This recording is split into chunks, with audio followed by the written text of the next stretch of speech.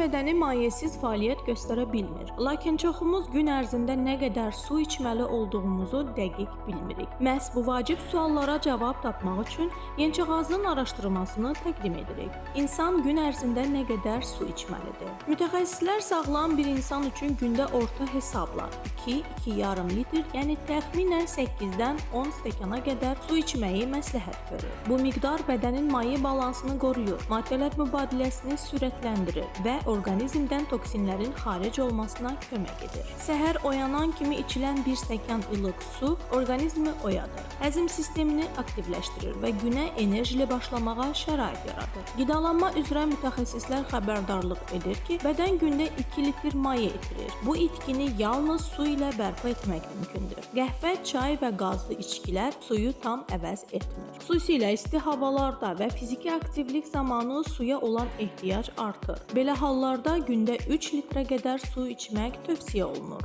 Lakin unutmayın, börək və ürək problemləri olanlar üçün suyun miqdarını mütləq həkim müəyyən etməlidir. Su içmək təkcə orqanizm üçün deyil, dərinin sağlam görünməsi, baş ağrılarının azalması və enerjinin qorunması üçün əvəz olunmazdır. Unutmayın, susuzluq hissi bədənin göndərdiyi son siqnaldır. Sağlam qalmaq üçün su içməyi yalnız susadıqda deyil, gün ərzində mütəmadi vərdiş halına gətirmək lazımdır.